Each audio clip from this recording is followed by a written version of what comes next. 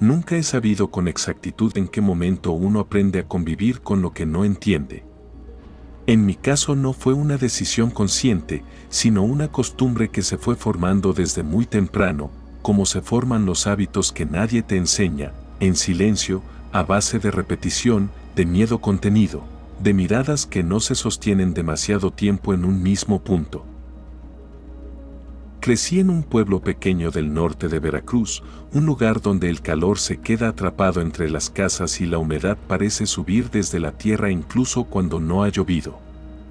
Aquí las tardes son lentas y las noches se vuelven espesas, cargadas de insectos, de ruidos lejanos y de una oscuridad que no termina de irse ni siquiera cuando se encienden las luces.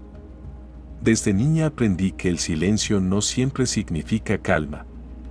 A veces es solo una pausa antes de que algo ocurra. Tenía alrededor de 5 años cuando pasó por primera vez. No puedo precisar la fecha exacta, pero recuerdo con claridad la sensación, porque hay miedos que se quedan tatuados en el cuerpo. Estaba sola en el patio de la casa, jugando como lo hacía casi todos los días. Mi madre estaba dentro, en la cocina, y el sonido de los trastes chocando suavemente me daba una falsa sensación de seguridad. El patio era pequeño, rodeado por muros altos que retenían el calor. El suelo estaba tibio bajo mis pies y el aire se sentía quieto, demasiado quieto. De pronto, sin razón aparente, tuve la certeza de no estar sola. No fue un pensamiento ni una idea. Fue una sensación inmediata, física, como cuando alguien se coloca detrás de ti y tu cuerpo lo sabe antes de que tus ojos lo confirmen. Sentí un peso en el pecho, una incomodidad que me obligó a levantar la mirada. Y entonces la vi. Era una mujer alta, más alta que cualquier adulto que yo conociera. Su cabello era oscuro, largo, pesado, cayendo sin forma definida sobre sus hombros. Su piel tenía un tono verdoso extraño, enfermizo, como si hubiera pasado demasiado tiempo bajo el agua o lejos de la luz. La ropa que llevaba parecía empapada, adherida al cuerpo, como si acabara de salir de algún lugar profundo y húmedo. No recuerdo haber distinguido su rostro con claridad, pero tampoco lo he olvidado del todo. Es una imagen borrosa que se resiste a definirse, como si mi mente hubiera decidido protegerme de algo peor. No se acercó. No hizo ningún movimiento brusco. Solo estaba ahí, observando. El miedo me atravesó de golpe. Grité con todas mis fuerzas y corrí hacia la cocina buscando a mi madre. Recuerdo haberle pedido su rosario, sin saber exactamente por qué, solo sabiendo que eso era lo que se hacía cuando uno tenía miedo. Ella intentó tranquilizarme, me dijo que no había nada, que todo estaba bien, pero yo sabía que no era cierto. Mi cuerpo lo sabía. Lo peor es que no fue la única vez. Volví a verla en al menos 3 ocasiones más. Siempre a cierta distancia, siempre como si estuviera observando, esperando. Nunca habló. Nunca avanzó hacia mí. Pero su presencia era suficiente para alterar el ambiente, para volver pesado el aire, para hacerme sentir pequeña incluso dentro de mi propia casa.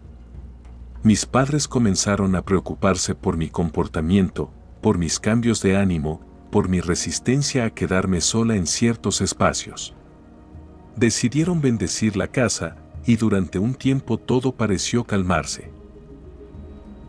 Quiero detenerme aquí en algo que, con los años, cobró un peso distinto. En ese entonces teníamos una vecina de la que se decía que practicaba brujería. Nunca tuvimos trato directo con ella. No cruzábamos palabras, no había conflictos visibles. Pero el lado de la casa que colindaba con la suya siempre se sentía distinto.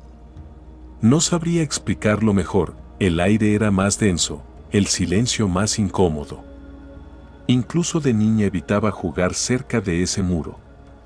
No porque alguien me lo dijera, sino porque algo en mí sabía que no debía hacerlo. Pasaron los años y crecí. Durante un tiempo, las manifestaciones cesaron. La vida siguió su curso y yo aprendí, como muchos, a no hacer preguntas innecesarias. Pero el silencio nunca fue completo. Era como si algo se hubiera replegado, esperando el momento adecuado para volver a mostrarse. Con el tiempo, ya no eran apariciones claras como aquella mujer del patio. Eran cosas más sutiles, más constantes. Mi madre comenzó a sentir respiraciones cerca del cuello, la sensación de alguien detrás de ella cuando estaba sola, ruidos que no tenían explicación. Intentaron ocultármelo para no asustarme, pero hay cosas que se filtran aunque no se nombren. El ambiente de la casa volvió a cambiar, y yo lo sentí antes de que alguien me lo confirmara. En mi antiguo cuarto comenzaron a escucharse sonidos. Llantos bajos, contenidos, muy cerca de la ventana. No eran ruidos lejanos ni indefinidos. Eran claros, reales, persistentes. Llorar sin gritar, como si quien lo hiciera no quisiera ser escuchado, pero tampoco podía callar. Aguanté lo más que pude, hasta que terminé usando ese cuarto solo para guardar mis cosas. Dormir ahí se volvió imposible. La casa fue bendecida varias veces más. Somos creyentes, y eso nos daba cierta tranquilidad, aunque nunca duraba demasiado. La calma siempre parecía prestada. Una madrugada, alrededor de las 2, estaba sola en la casa con audífonos puestos, escuchando música a un volumen alto. Aún así, tuve la sensación clara de que alguien me habló. No lo escuché con los oídos, lo sentí. Es difícil explicarlo, como si una voz hubiera atravesado directamente el cuerpo, ignorando cualquier barrera. Volteé de inmediato. Lo único que alcancé a ver fue una figura subiendo las escaleras, entrando al cuarto de mis padres. Reconocí el vestido empapado incluso antes de entender lo que estaba viendo. Mi padre también comenzó a experimentar cosas. Sentía como alguien se sentaba en su cama, roces, presencias. Con el tiempo, tristemente, también él empezó a acostumbrarse. Y así fue como aprendimos, sin decirlo en voz alta, a convivir con lo que no se va. Convivir con algo no significa aceptarlo. Significa aprender a respirar sin hacer ruido, a no preguntar, a fingir que ciertos detalles no importan. En nuestra casa nadie hablaba abiertamente de lo que ocurría, pero todos actuábamos en consecuencia. Las luces se dejaban encendidas más tiempo del necesario. Las puertas se cerraban con cuidado, como si el sonido pudiera molestar a alguien. Los silencios se volvían largos y precisos, calculados. Yo intenté seguir con mi vida. Estudiar, salir, reír cuando era necesario. Pero había una parte de mí que nunca se quedaba del todo tranquila. Era una sensación constante, como una vigilancia invisible. No importaba dónde estuviera, siempre había un hilo que me mantenía atada a esa casa, a ese patio, a ese muro que colindaba con la vecina. Con los años empecé a notar algo inquietante, no todos podían sentir lo mismo que yo. Algunos entraban a la casa y no percibían nada extraño. Otros, en cambio, se inquietaban de inmediato. Se quedaban callados, miraban alrededor como buscando algo que no sabían nombrar. Había visitas que no regresaban, y cuando preguntábamos por qué, solo decían que el lugar les daba mala espina. Yo sabía que no era la casa. Era lo que la habitaba. Una noche, después de una discusión familiar sin importancia real, me quedé despierta más tiempo del habitual. El silencio era tan espeso que parecía presionar los oídos. No había viento, no había insectos, no había ruidos lejanos. Solo esa quietud antinatural que aprendí a reconocer desde niña. Sentí el mismo peso en el pecho que había sentido años atrás en el patio. Entonces ocurrió algo distinto.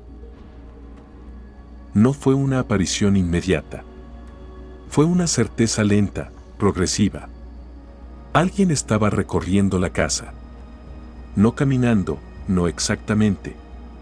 Era más bien como si se deslizara, como si no necesitara tocar el suelo para desplazarse.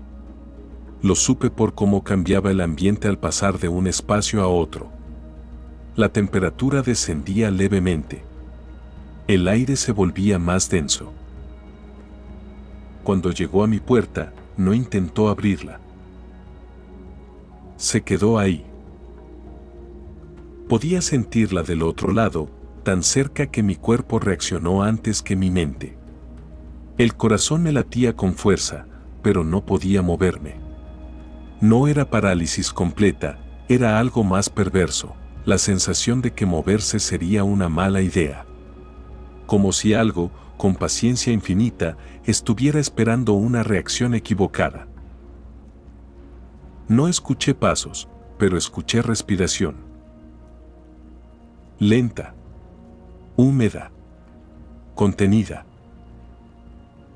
No era la respiración de alguien cansado, sino la de alguien que disfruta el momento. Como si supiera que yo estaba despierta, que lo sabía, que lo sentía. Cerré los ojos con fuerza, aferrándome a una oración que apenas recordaba. No pedí protección. Pedí que se fuera. No sé cuánto tiempo pasó antes de que la sensación se disipara. Cuando finalmente me atreví a moverme, el cuerpo me dolía como si hubiera estado tensa durante horas. Al día siguiente no dije nada. Nadie lo hizo. Pero algo había cambiado. A partir de esa noche, la figura dejó de limitarse a los márgenes. Ya no se mantenía a distancia. Empezó a manifestarse de formas más directas, más personales. Sombras que no correspondían a ningún objeto. Reflejos en los espejos que tardaban una fracción de segundo en imitar mis movimientos. La sensación constante de ser observada, incluso a plena luz del día. Y luego comenzaron los sueños. Siempre el mismo escenario, el patio de la casa, de noche, cubierto por una neblina espesa. Siempre la misma mujer emergiendo lentamente desde el fondo, el vestido empapado arrastrándose sobre el suelo. Pero ahora, en los sueños, sí se acercaba. Caminaba despacio, segura, como quien no tiene prisa porque sabe que el tiempo juega a su favor. En el sueño nunca huía. Nunca gritaba. Solo la observaba avanzar hasta quedar frente a mí. Y entonces, justo antes de tocarme, despertaba con la sensación de tener las manos mojadas. Despertaba, pero el olor a humedad permanecía. Empecé a investigar por mi cuenta. Preguntar sin preguntar, escuchar conversaciones ajenas, recordar historias que había oído de niña. En el pueblo no faltaban relatos de mujeres que se quedaban, de trabajos mal hechos, de pactos rotos, de presencias que se aferraban a un lugar o a una persona. Muchas de esas historias terminaban igual, alguien que se acostumbraba tanto a la presencia, que ya no sabía vivir sin ella. Fue entonces cuando entendí algo que me heló la sangre. La mujer no estaba ligada a la casa. Estaba ligada a mí. Desde la primera vez en el patio, desde que yo era pequeña, algo se había fijado en mí. No como una amenaza inmediata, sino como una espera. Como si yo fuera un punto de anclaje, un lugar seguro desde donde manifestarse. No necesitaba atacarme. Solo necesitaba quedarse cerca. Y lo más inquietante de todo era que nunca se había ido del todo. La primera interacción no fue violenta. Y eso fue lo más perturbador de todo. Ocurrió una mañana común, demasiado común para lo que estaba por suceder. La luz entraba por la ventana con normalidad, los sonidos del día seguían su curso, y por un instante pensé, con una ingenuidad que hoy me avergüenza, que tal vez todo había sido producto del miedo acumulado, de los sueños, de la sugestión. Me levanté, caminé hacia el baño y me miré al espejo, buscando en mi propio rostro alguna señal de desgaste, de locura, de exceso. Lo que vi no fue eso. Había una marca tenue en mi antebrazo. No era un rasguño ni un moretón. Era más bien una presión, como si algo hubiera descansado ahí durante mucho tiempo. La piel no estaba rota, pero se sentía sensible, caliente. Al tocarla, una oleada de recuerdos que no eran míos atravesó mi cuerpo, agua estancada, tierra húmeda, el peso de un vestido mojado pegándose a las piernas. Solté el brazo de inmediato. Ese día no dije nada. Me repetí que no tenía sentido hablar de algo que no podía probar. Pero el cuerpo, a diferencia de la mente, no miente con facilidad. Empecé a sentir cambios sutiles, cansancio que no se iba con el descanso, una presión constante en la nuca, como si alguien se colocara detrás de mí incluso cuando estaba sola. A veces, al girarme rápido, sentía que estaba a punto de ver a alguien muy cerca, demasiado cerca. La casa respondió a ese cambio. Las puertas comenzaron a cerrarse solas, pero no de golpe. Se cerraban lentamente, con una deliberación casi cuidadosa. Objetos pequeños cambiaban de lugar. No desaparecían, simplemente aparecían donde no los había dejado. El sonido del agua comenzó a escucharse incluso cuando no había llaves abiertas. Un goteo lejano, persistente, que parecía venir siempre del patio. Una noche decidí enfrentarla. No con valentía, sino con agotamiento. Me senté en la cama, apagué la luz y hablé en voz alta. No recé. No invoqué nada. Solo dije lo que llevaba años guardando. Sé que estás aquí. El aire cambió de inmediato. No hubo respuesta verbal, pero sentí una presión en el pecho, como si alguien se inclinara sobre mí. La temperatura bajó de golpe. La respiración volvió a escucharse, esta vez dentro de la habitación. No detrás de la puerta. No en el pasillo. Dentro. Mi cuerpo reaccionó antes que mi voluntad. Me quedé inmóvil, con la espalda recta, los músculos tensos, el pulso desbocado. Entonces ocurrió algo que quebró cualquier ilusión de control que me quedaba. Sentí una mano. No fue fría. No fue caliente. Fue pesada. Como una mano que no estaba hecha del todo para este mundo. Se apoyó sobre mi hombro con una firmeza imposible de ignorar. No apretó. No lastimó. Solo se quedó ahí, afirmando su presencia, reclamando espacio. Y con ese contacto, entendí. No estaba intentando asustarme. Estaba intentando comunicarse. Imágenes comenzaron a formarse en mi mente, no como recuerdos claros, sino como fragmentos, una mujer caminando de noche, el sonido de pasos apresurados, un cuerpo cayendo, el agua cerrándose sobre algo vivo. Sentí pánico, pero también algo más peligroso, comprensión. La presencia no era un monstruo sin origen. Había sido alguien. Alguien que no terminó de irse. La mano se retiró lentamente. Esa noche no dormí. A partir de entonces, la interacción se volvió constante. A veces sutil, a veces invasiva. Sentía su cercanía cuando estaba triste, cuando estaba sola, cuando bajaba la guardia. Había momentos en los que parecía protegerme y otros en los que parecía observarme con una atención inquietante, casi posesiva. Lo más difícil fue notar que ya no solo se manifestaba en la casa.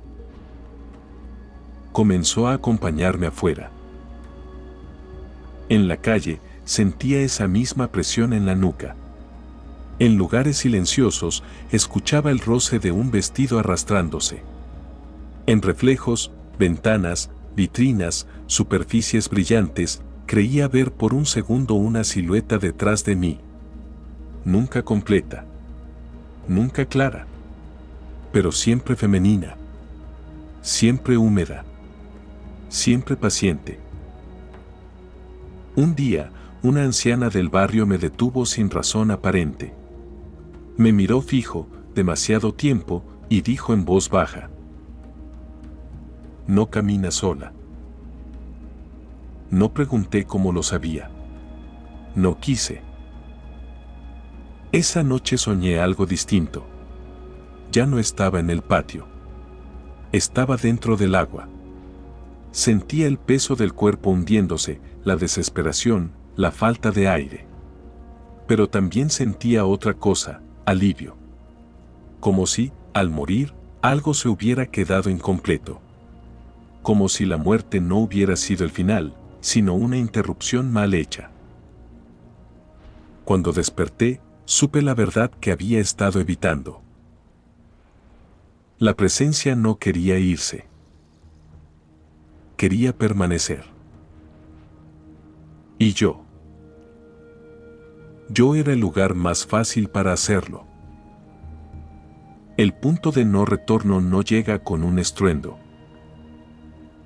Llega con una calma peligrosa. Después de aquella noche, la presencia dejó de manifestarse con sobresaltos. No más ruidos bruscos, no más objetos moviéndose frente a mis ojos, no más respiraciones deliberadas al oído. En su lugar, algo mucho más inquietante se instaló en la casa, una sensación de convivencia. Como si hubiera aceptado su lugar. Como si hubiera entendido que no necesitaba demostrar nada más. Y fue entonces cuando comprendí el verdadero riesgo. Porque el miedo, cuando es constante, se transforma en costumbre. Y la costumbre abre puertas que jamás deberían abrirse. Comencé a sentirla incluso en los momentos de mayor normalidad. Cuando lavaba los platos, cuando hacía tarea, cuando hablaba con mi familia. No interrumpía. No exigía. Solo estaba ahí, pegada al espacio, como humedad que no se seca del todo. A veces, al sentarme en la cama, sentía el colchón hundirse levemente a mi lado. Ya no saltaba. Ya no gritaba. Mi cuerpo había aprendido a no reaccionar. Eso fue lo más grave. Mi madre empezó a rezar con más insistencia. Mi padre colocó nuevas imágenes en la repisa. La vela volvió a encenderse todas las noches, incluso durante el día. La casa se llenó de símbolos, de protección, de intentos desesperados por marcar territorio. Pero había algo que nadie decía en voz alta: la presencia no se iba porque no quería hacerlo, y porque alguien, sin darse cuenta, le estaba dando permiso. Ese alguien era yo. Una madrugada desperté con una claridad incómoda. No con miedo. Con certeza. Sentía su atención completamente centrada en mí, como si hubiera estado esperando ese momento específico. Abrí los ojos sin moverme. El cuarto estaba oscuro, pero podía distinguir la silueta al fondo, cerca de la ventana. Ya no era solo una figura borrosa. Su forma era más definida. El vestido seguía empapado. El cabello caía pesado, pegado al cuello. El rostro seguía siendo imposible de ver con claridad, como si la oscuridad se negara a revelarlo por completo. No quiero hacerte daño, pensé. La respuesta no fue una voz, sino una emoción que no me pertenecía, abandono, frustración, una necesidad desesperada de no desaparecer del todo. Comprendí entonces que su insistencia no era malicia. Era miedo. El mismo miedo que yo había sentido desde niña. El miedo de ser ignorada. De no existir para nadie. Me senté en la cama. Ese gesto fue el verdadero umbral. El aire se volvió más denso. La figura se acercó apenas un paso. No sentí amenaza. Sentí expectativa. Como si esperara algo de mí. Como si el siguiente movimiento definiera nuestro destino compartido. Pensé en rezar.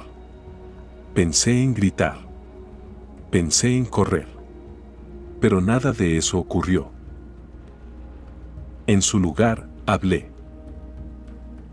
No puedes quedarte así, dije en voz baja. No puedes usarme para seguir aquí. La figura no retrocedió. Tampoco avanzó. Sentí entonces esa presión conocida en el pecho, pero más profunda, más íntima. Como si intentara entrar, no al cuerpo, sino a la voluntad. Comprendí con un escalofrío que el pacto no era explícito. Nunca lo había sido. Se construía con atención, con miedo sostenido, con pensamientos repetidos. Y yo había estado pensando en ella durante años. Me levanté y caminé hacia la repisa. Encendí la vela con manos temblorosas. No como un acto de desafío, sino como una afirmación. La luz no la hizo desaparecer, pero sí marcó una frontera. La presencia se detuvo. Sentí resistencia. Una tristeza profunda, casi insoportable, atravesó la habitación. No soy tu hogar, susurré. No puedo serlo. Entonces ocurrió algo que no esperaba. La figura comenzó a desvanecerse lentamente, como si el espacio mismo la rechazara. No hubo gritos. No hubo violencia. Solo una retirada cargada de algo parecido a resignación. Antes de desaparecer por completo, sentí un roce en el brazo. No una marca.